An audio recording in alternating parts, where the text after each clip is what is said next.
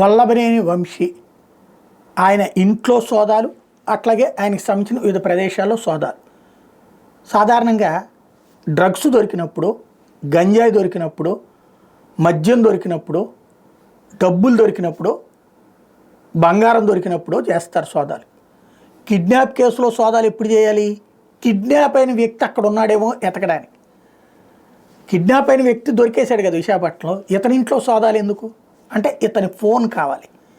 ఎందుకు ఆ ఫోను అంటే, ఎవరైతే ఇప్పుడు కిడ్నాప్ అయ్యాడని చెప్పబడుతున్నట్టు సత్యవర్ధన్ 164 స్టేట్మెంట్ కోర్టుకు వెళ్ళి మరీ ఇచ్చాడు. మ్యాజిస్ట్రేట్ అడిగారు, నువ్వు ఎవరి ప్రలోభాలకన్నా లొంగావా లేకపోతే ఎవరు నేను బెదిరించాను?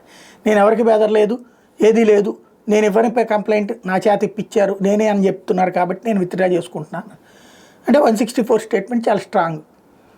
అది ఇప్పుడు దాన్ని మార్చాలి అంటే సత్యవర్ధన్తో ఇతను మాట్లాడాడు వంశీ అన్నటువంటిది ఎస్టాబ్లిష్ కావాలి. ఆ మాట్లాడిన తర్వాతనే సత్యవర్ధన్ ఇతనితో ఇది కోర్టుకు వచ్చాడు అన్నది చెప్పాలి.